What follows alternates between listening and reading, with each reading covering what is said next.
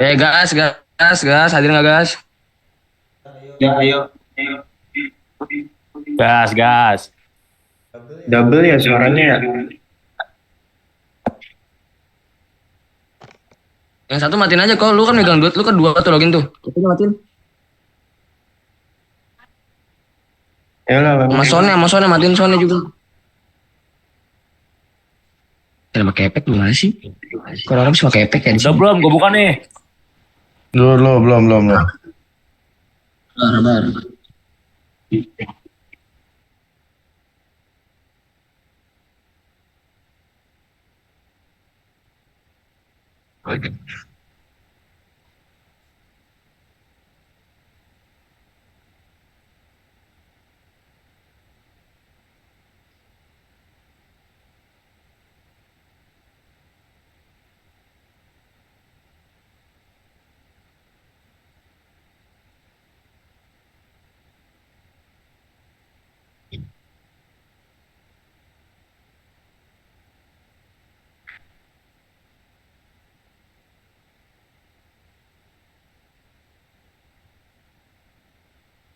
Mulai. Belum, rekam. Siapa yang rekam? Gue yang rekam. Udah start kah? Ya udah start. Udah. Tapi double ya. Assalamualaikum warahmatullahi wabarakatuh. Di Waalaikumsalam. sini kami akan warahmatullahi menjelaskan tentang komputasi paralel terdistribusi. Di sini anggotanya ada saya sendiri, Andika Bagas Febrian, ada Ahmad Fajar Sodik, ada Revi Andika Prayoga, ada Romat Eko Sutarmadi.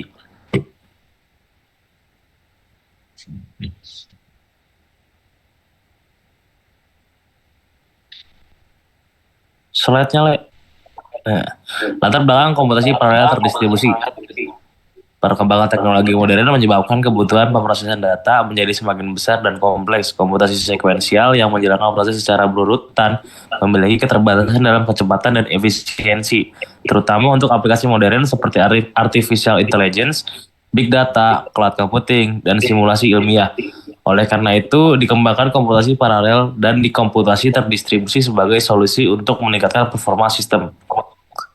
Komputasi paralel bekerja dengan membagi tugas menjadi beberapa bagian yang diproses secara bersamaan menggunakan banyak prosesor atau core, sedangkan komputasi terdistribusi membagi pekerjaan ke banyak komputer yang saling terhubung melalui jaringan. Dengan pendekatan ini, sistem mampu bekerja lebih cepat, efisien, dan scalable dalam mengenangani beban kerja yang besar. Apa itu komputasi paralel? Komputasi paralel adalah metode pemrosesan data yang dilakukan dengan menjalankan beberapa tugas atau instruksi khusus secara bersamaan menggunakan lebih dari satu unit pemrosesan, seperti multi-core prosesor atau GPU. Tujuan utama komputasi paralel adalah mempercepat proses komputasi dengan membagi pekerjaan besar menjadi bagian-bagian kecil yang dapat dikerjakan secara simultan. Dengan cara ini, waktu eksekusi program menjadi lebih cepat dan efisien, terutama untuk pengolahan data dalam jumlah besar, simulasi ilmiah, kecerdasan buatan, dan aplikasi modern lainnya. Komputasi terdistribusi. Komputasi terdistribusi sendiri adalah metode komputasi yang melibatkan beberapa komputer atau node yang saling terhubung melalui jaringan untuk bekerja sama dalam menyelesaikan suatu tugas. Setiap komputer memiliki bagian pekerjaan tertentu, kemudian hasil dari masing-masing komputer digabungkan untuk menghasilkan penyelesaian secara keseluruhan. Sistem ini memungkinkan pemrosesan data menjadi lebih fleksibel, scalable, dan mampu menangani beban kerja yang besar dibandingkan menggunakan satu komputer saja. Contoh penerapan komputasi terdistribusi yang dapat ditemukan pada cloud computing seperti cluster komputer, big data, dan layanan internet modern. Evolusi komputasi modern. Perkembangan komputasi modern mengalami perubahan besar dari sistem komputasi sederhana menuju teknologi yang lebih canggih dan terhubung. Evolusi ini dimulai dari mobile computing yang memungkinkan perangkat dapat digunakan secara fleksibel dan berpindah tempat. Kemudian berkembang menjadi grid computing yang menggabungkan banyak sumber daya komputer untuk menyelesaikan komputasi skala besar. Selanjutnya, muncul cloud computing yang menyediakan layanan komputasi melalui internet tanpa harus mengelola perangkat keras sendiri. Selain itu, berkembang juga edge computing yang memproses data lebih dekat dengan sumbernya untuk mengurangi latensi dan meningkatkan efisiensi dari sistem itu sendiri. Perkembangan ini menunjukkan bahwa teknologi komputasi terus bergerak menuju sistem yang lebih cepat, scalable, dan efisien dalam mendukung kebutuhan aplikasi modern. Komputasi sekuensial merupakan metode pemrosesan data yang menjalankan instruksi secara berurutan, di mana satu proses harus selesai terlebih dahulu sebelum proses berikutnya dijalankan. Metode ini memiliki keterbatasan dalam menangani data berukuran besar dan proses komputasi yang kompleks karena hanya menggunakan satu alur pemrosesan. Akibatnya, waktu eksekusi menjadi lebih lama dan performa sistem menjadi kurang efisien, terutama pada aplikasi modern yang membutuhkan pemrosesan cepat dan real time. Keterbatasan inilah yang mendorong berkembangnya komputasi paralel dan terdistribusi sebagai solusi untuk meningkatkan kecepatan dan efisiensi sistem komputer. Keterbatasan komputasi sekuensial merupakan metode pemrosesan data yang menjalankan instruksi secara berurutan di mana satu proses harus selesai terlebih dahulu sebelum proses berikutnya dijalankan. Metode ini memiliki keterbatasan dalam menangani data berukuran besar dan proses komputasi yang kompleks karena hanya menggunakan satu alur pemrosesan. Akibatnya waktu eksekusi menjadi lebih lama dan performa sistem menjadi kurang efisien, terutama pada aplikasi modern yang membutuhkan pemrosesan cepat dan real time. Keterbatasan inilah yang mendorong berkembangnya komputasi paralel dan terdistribusi sebagai solusi untuk meningkatkan kecepatan dan efisiensi sistem komputer.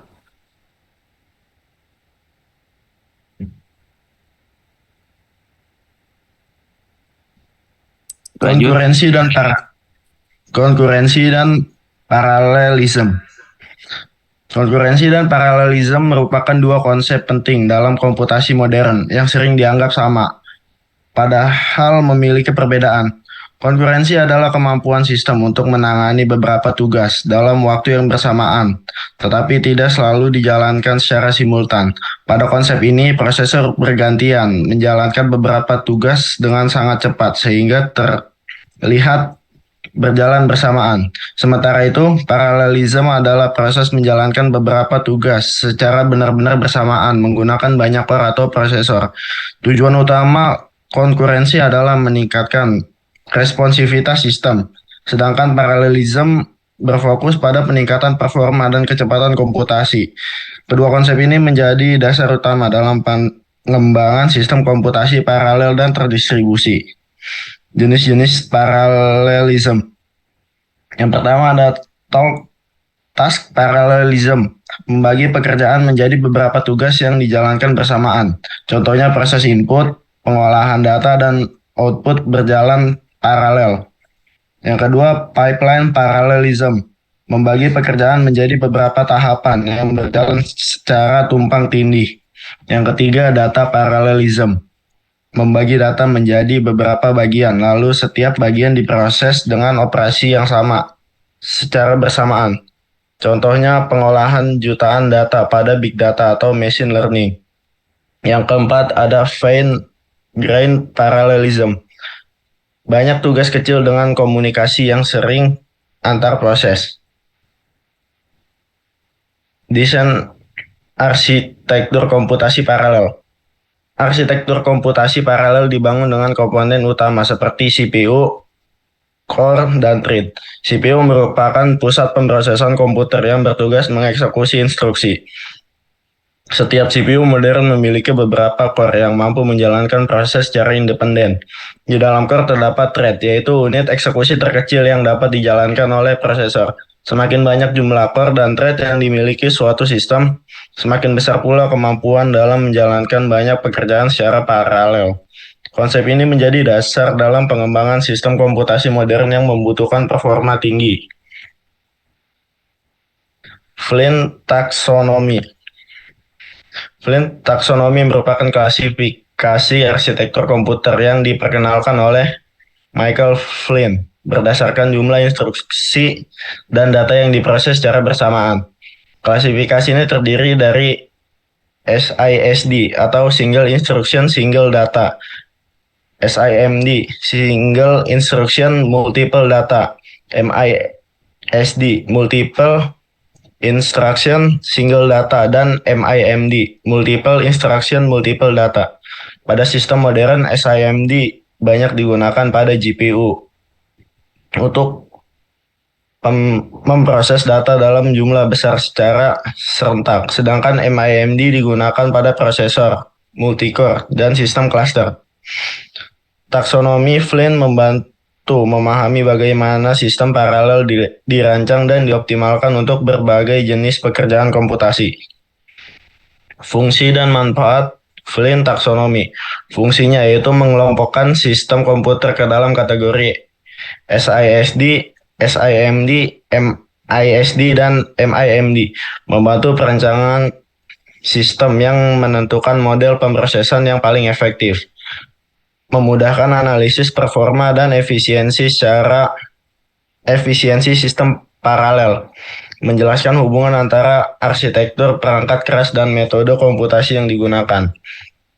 Manfaat yang pertama, mempermudah pemahaman konsep komputasi paralel, membantu memilih teknologi yang tepat untuk kebutuhan komputasi tertentu, meningkatkan efisiensi pengembangan aplikasi paralel, menjadi landasan dalam optimasi penggunaan CPU multicore dan GPU modern, membantu mahasiswa dan peneliti memahami perkembangan arsitektur komputasi modern.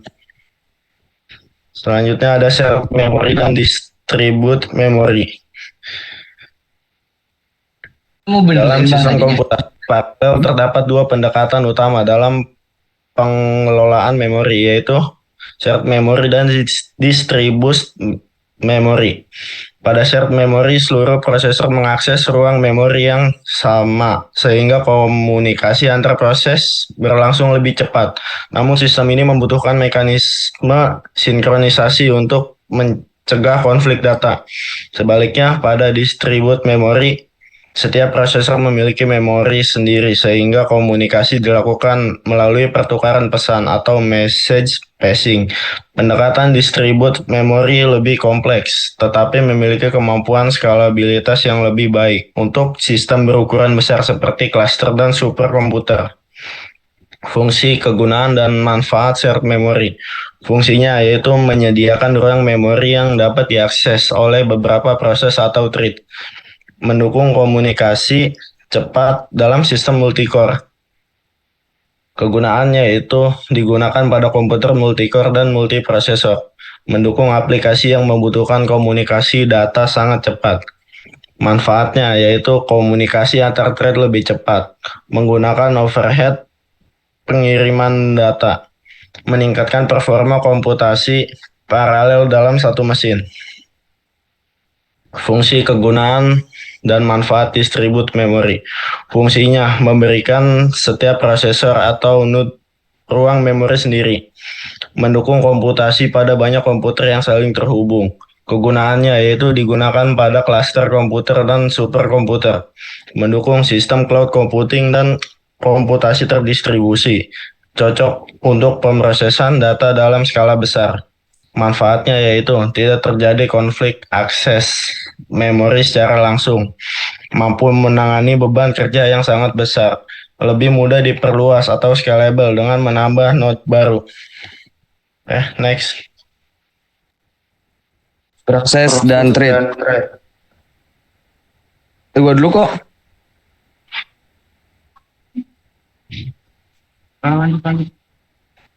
Rep, selesai rep.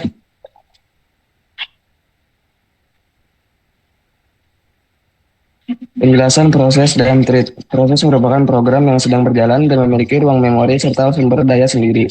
Di dalam sebuah proses terdapat satu atau lebih thread yang bertugas menjalani instruksi program. Thread merupakan unit eksekusi yang lebih ringan dibandingkan proses karena dapat berbagi memori dan sumber daya yang sama. Penggunaan thread memungkinkan beberapa pekerjaan dilakukan secara bersamaan dalam satu aplikasi, sehingga meningkatkan efisiensi dan performa sistem.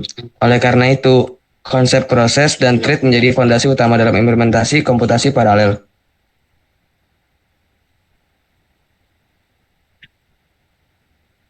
Diagram di atas menunjukkan bahwa sebuah proses dapat memiliki lebih dari satu thread yang berjalan secara bersamaan. Proses bertindak sebagai wadah utama yang menyediakan sumber daya seperti memori, file, dan resource sistem lainnya. Seluruh thread yang berada di dalam proses yang sama akan berbagi sumber daya tersebut sehingga penggunaan thread menjadi lebih ringan dibandingkan membuat banyak proses baru. Konsep ini banyak digunakan dalam komputasi paralel karena memungkinkan aplikasi menjalankan banyak pekerjaan secara simultan dengan penggunaan resource yang lebih efisien. Fungsi, kegunaan, dan manfaat proses. Adapun fungsinya yaitu menjalankan program yang sedang aktif, mengelola sumber daya seperti file, memori, dan CPU, menyediakan lingkungan eksekusi terisolasi untuk program. Kegunaannya menjalankan aplikasi secara independen, memisahkan satu aplikasi dengan yang lainnya. Manfaat, sistem lebih stabil dan aman. Kesalahan pada satu proses tidak langsung mempengaruhi proses lain yang mendukung multitasking pada sistem operasi.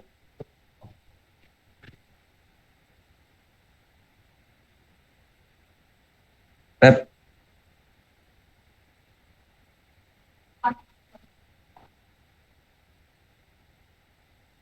Woi, slide-nya woi.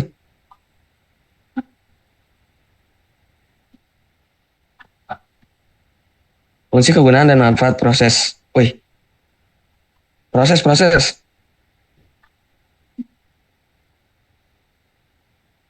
Fungsi, menjalankan program yang sedang aktif, mengelola sumber daya seperti file, memori. Wah, ini orang diganti-ganti gue nih. Fungsi, kegunaan, Ini dan manfaat tadi udah thread. proses. Menjalankan instruksi. Ya, berarti thread kan sekarang? Ya. Fungsi, kegunaan, dan manfaat thread. Menjalankan instruksi di dalam suatu proses, memungkinkan beberapa pekerjaan dilakukan secara bersamaan. Kegunaan, digunakan dalam aplikasi multithreading, mendukung komputasi paralel, mempercepat pemrosesan tugas dalam satu aplikasi. Manfaatnya lebih ringan dibandingkan proses, menghemat penggunaan memori, dan meningkatkan performa dan responsivitas aplikasi. Model komunikasi dan proses.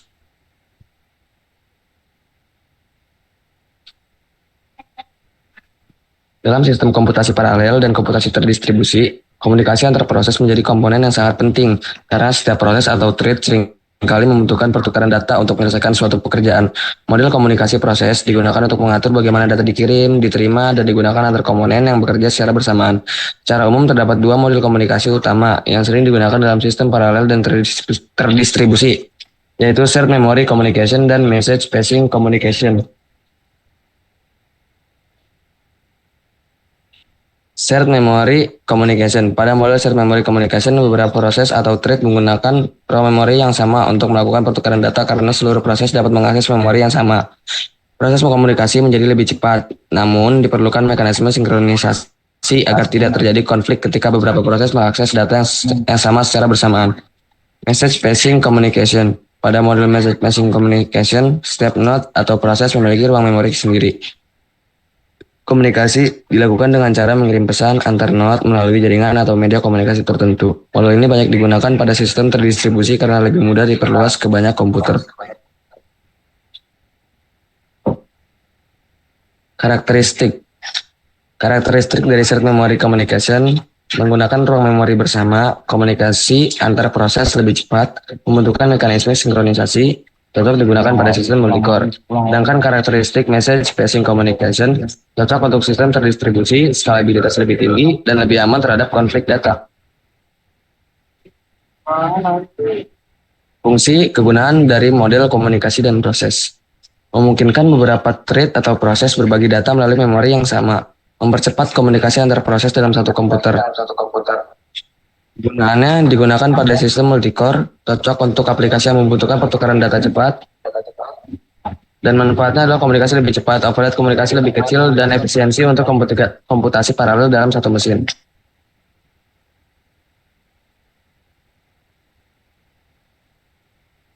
Next kok. Penerapan komputasi paralel. Komputasi paralel telah menjadi teknologi yang penting dalam berbagai bidang. Kemampuannya dapat meningkatkan performa pemrosesan data dan mempercepat penyelesaian pekerjaan komputasi yang kompleks, yaitu artificial intelligence dan machine learning. Memerlukan memproses data dalam jumlah besar untuk proses pelatihan model. Komputasi paralel juga dapat memungkinkan proses training yang dilakukan lebih cepat menggunakan banyak core atau CPU secara bersamaan. Big data analysis. Analis data berkala besar membutuhkan pemrosesan jutaan hingga miliaran data. Dengan komputasi paralel, data dapat dibagi menjadi beberapa bagian untuk diproses secara simultan. Penerapan komputasi terdistribusi. Komputasi terdistribusi juga digunakan pada berbagai sistem modern yang membutuhkan stabilitas tinggi dan kemampuannya melayani banyak pengguna secara bersamaan, yaitu cloud computing. Cloud computing menggunakan banyak server yang terhubung untuk menyediakan layanan penyimpanan, komputasi, dan jaringan secara fleksibel. Cluster computing. Cluster computing juga dapat memungkinkan banyak node bekerja sama dalam menyelesaikan komputasi besar. Penerapan sistem paralel terkontribusi. Penerapan sistem paralel dan terdistribusi memberikan banyak keuntungan, tetapi juga memiliki tantangan yang perlu diperhatikan, yaitu 1. Meningkatkan performa sistem. Banyak pekerjaan dapat diselesaikan lebih cepat karena diproses secara bersamaan. 2. Efisiensi resource. Pemanfaatan CPU, memori, dan jaringan menjadi lebih optimal. 3. Meningkatkan reliability. Kegagalan satu komponen tidak selalu menghentikan seluruh sistem. Tantangan. Sinkronisasi merupakan tantangan utama karena banyak proses atau thread berjalan secara bersamaan dan seringkali mengakses data yang sama. Tanpa mekanisme sinkronisasi yang baik, ini terjadi konflik data seperti race collision atau inkonsistensi hasil pemrosesan. Deadlock. Kondisi ketika dua atau lebih proses saling menunggu resource yang sedang digunakan proses lain sehingga tidak ada proses yang dapat melanjutkan pekerjaannya. Dan ini dapat menyebabkan sistem berhenti atau mengalami penurunan performa. Kesimpulan, komputasi paralel dan distribusi merupakan teknologi yang dikembangkan untuk mengatasi keterbatasan sistem komputasi tradisional dalam menangani kebutuhan pemrosesan data modern. Ini juga dapat meningkatkan kecepatan pemrosesan melalui penggunaan banyak prosesor atau core yang bekerja secara simultan. Sedangkan komputasi terdistribusi juga dapat meningkatkan kemampuan sistem melalui penggunaan banyak komputer atau node yang saling terhubung. Pemahaman ini mengenai arsitektur sistem, model komunikasi, manajemen memori, serta konsep proses dan thread menjadi sangat penting dalam pengembangan sistem modern. Kedua pendekatan ini juga saat ini banyak digunakan dalam artificial intelligence, cloud computing, machine learning, big data, dan berbagai teknologi modern lainnya.